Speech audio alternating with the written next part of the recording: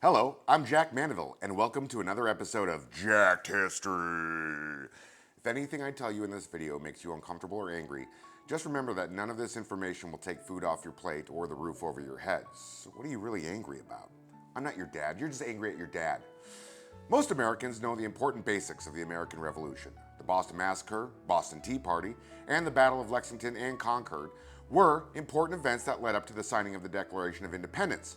Thomas Jefferson wrote it, John Adams played the editor, and Benjamin Franklin was there but had his mind on French chicks the entire time. Washington put together the army and we went to full-blown war with the British, baby. Then America eventually won after some hard-fought battles and we got a country out of it. America! Fuck yeah! Many other Americans understand that we wouldn't have been close to victory without the help of French naval support or French infantry officers like Marquis de Lafayette. And it should be mentioned that support came from great diplomatic efforts by John Adams and Benjamin Franklin, the latter of whom got to spend years in France banging French chicks. You dirty old dog, Ben. But many people don't realize that one of the greatest contributors to American independence was a flamboyant Prussian military officer by the name of Baron von Steuben. And his contribution to America is still felt in the American Army to this day. Friedrich Wilhelm August Heinrich Ferdinand von Steuben was born into a Prussian military family in 1730. I think I'll just call him Freddie from here on out. And if anyone is wondering what or where Prussia is, just know, for simplicity's sake, that it was basically a more dominant part of modern-day Germany. Furthermore, while everyone kind of understands that the British had the most powerful military in those days, it could be easy to say that the Prussians had the most professional military in those days. Freddie was born right into that military culture. His father, like many Prussian officers of the day, had gone into service under Empress Anna of Russia in order to participate in military campaigns against the Turks, where he brought young Freddie around to witness the campaign. Then, during the War of Austrian Succession, Freddie served as a volunteer with his father at just the age of 14. His official entry into the army was as a lieutenant at just 17 years old, where he was wounded twice during the 7 Years' War, eventually earning the rank of captain and becoming aide-de-camp to Frederick the Great himself. At the end of that conflict, war slowed down for Freddie, thus did his income. Many military officers were cut from service, and young Freddie was no different. He found himself lobbying for money throughout Europe for years to no avail. Please, sir. And eventually went into complete debt. It was also around this time, based off certain recognition given to him by the German royalty, that he started referring to himself as Baron von Steuben. Smart move. Like his father before him and many Prussian officers of the time who were considered to be elite, Freddie sold himself to a foreign military. Those crazy Americans. But the proposed offer had a counteroffer by the Americans. The Continental Army was kind of getting sick of foreign mercenaries coming in and taking jobs from qualified American officers. Sound familiar? They took our job! Some things never change in this beautiful country of ours. So, Freddie would have to come in as a volunteer, present himself to Congress for vetting, and take compensation on the condition that America won the war. Feeling insulted, Freddie said, "F this, good luck, Yankee assholes." And then, shortly after, he was completely cut from the Prussian army, and that previous deal from the Americans sounded much better. As someone who's worked in entertainment, I kind of get how that deal works. It's the whole, hey, we don't have any money for you, but in the 2% chance this project is profitable, we'll give you some points and you can make a good deal of dough from this on the back end. Unlike me, the deal would actually work for Freddie. Anywho, it just so happened that Freddie had been acquainted with the French Minister of War, and since France was just starting to assist the Americans in their revolution, the minister introduced him to none other than Benjamin Franklin, who eventually introduced him to none other than George Washington, who was struggling to keep his army alive. Washington sent for Freddie to join him in the American fight for independence.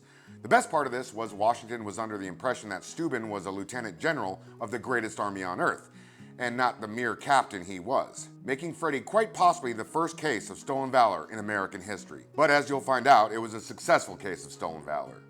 Good for him. Freddie arrived in the colonies in December of 1777. Him and his 4-man entourage, 5 if you count the dog he brought with him, were greeted by immediately being arrested on account of Freddie wearing a standard red Prussian uniform and being mistaken for being British. Hi, this is an ad read, but since I don't have any actual sponsors yet, I'm just going to make something up. Today, we're being sponsored by diarrhea. I really have to do bad diarrhea right now. I am so hungover. This coffee is ruining my system. and I have to cut this short because I'm going to shit my brains out. After that was all sorted out, he eventually found himself linking up with Washington at Valley Forge in February of 1778. For those of you who forgot their lessons about Valley Forge, let me remind you that this is when the Continental Army was at its lowest point. Desertion, death, and disease were battering the morale of the army. Enter the Baron. His well-kept European uniform and regal demeanor created an instant attraction from the beleaguered soldiers. Washington immediately appointed him Inspector General, and Freddie went straight to work. I can't state enough how absolutely disgusting 18th century Americans were. Almost zero concept of hygiene. That big gay European, and I mean literally gay, came in there and completely feng shuied the joint. Where before they just tossed tents anywhere and told the troops to pick a spot, Freddie set up a designated row of tents that segregated the command, officers, and enlisted. Where before these animals would literally just walk outside of their tents and take a piss or shit, Freddie set up designated latrine areas that were downhill from the camp. And where before they just butchered dead animals in the same places they were sleeping and shitting, he created a designated kitchen area. Well, guess what? They kind of quit dying from so much disease when you don't butcher and eat a dead horse on top of where your tent mate just took a big winter steamer. After that, he was given the rank of Major General and continued his inspector duties. One of those duties was to keep books on personnel and equipment, because when he got there, he discovered that literally zero records were being kept of equipment, clothing, or men. Holy shit, it's like these people wanted to lose the war. His equally important contributions came as a trainer of men. Freddie picked out 120 soldiers throughout the army and gave them rigorous Prussian-style military training until he released them back to their units, where they would pass that knowledge down to their men, and those men would pass that knowledge until everybody was full of that knowledge. Think about it as trickle-down tactics. And since Freddie didn't really know any English, he gave his instructions to his aides in French, a commonly spoken language of Europe's military leaders, and they would translate them for instruction. Men like Colonel Alexander Hamilton were instrumental in helping translate Freddie's vision into an official training program for the Army, which became known as the Blue Book, a guide that impacted the U.S. military even to the Mexican-American War of 1846. All of this training soon saw the turnaround of the Continental Army when facing the British on the battlefield, and the war slowly began to turn in their favor.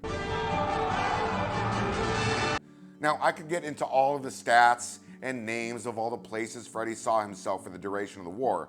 Let me just sum it up by saying he was doing some of the most important stuff with some of the most important people during some of the most important battles and events of that war. Look it up if you want to know the exact deets. Just know that he was there commanding a division of troops for America's final campaign in Yorktown, and was instrumental in standing down the army in 1783 while building defenses for a peacetime America. All right, let's get to the gay stuff. You remember when I called him literally gay earlier in my ramblings? What, you didn't think I was gonna follow up on that? Yeah, historians almost unanimously agree that old Freddie loved his men on the battlefield and in the bedroom. And of course, the easy speculation was that he was 40 and never married or had kids. But if that was the only criteria for being gay, then, well, shit. I'm gay? Peter, let me suck your dick. Freddie, throughout the war, had very close relationships with two of his subordinates, Benjamin Walker and William North, which would continue through most of his life.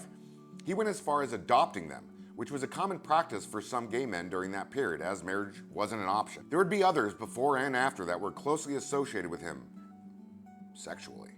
And if you're wondering if people like George Washington knew about Freddie's after-hour activities, oh, he knew. I imagine it went something like this. So Freddie's in his tent with North and Walker, and he shoves his fist up Walker's ass, and he's pumping his fist up Walker's tight little ass, and he's like, North, get over here, suck my dick while I fist Walker's asshole, and he's just getting his dick sucked and shoving that fist up Walker's asshole and just bobbing North's head up and down his cock till he explodes everywhere.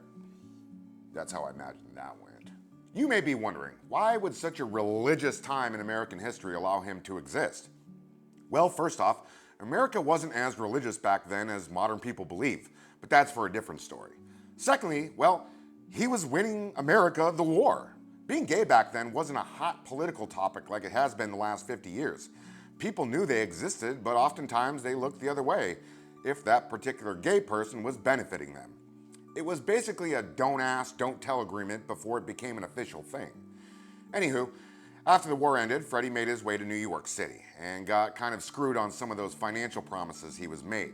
But they did make him a citizen, which is nice. He also became an elder in the German Reformed Church, which was all the Protestant rage back then. After some ongoing financial troubles, he was eventually awarded a $2,500 a year pension and moved upstate, where he eventually died in 1794.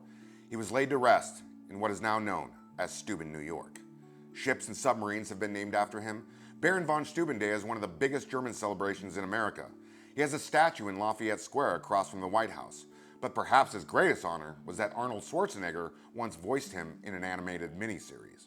Oh, forgive me. English is not my first language. Baron Friedrich von Steuben, soldier, American legend, and loving father of 2 adult adopted sons. The big gay German general, a hero of America. The big gay German general, beating off the British. You learned it here at Jacked History.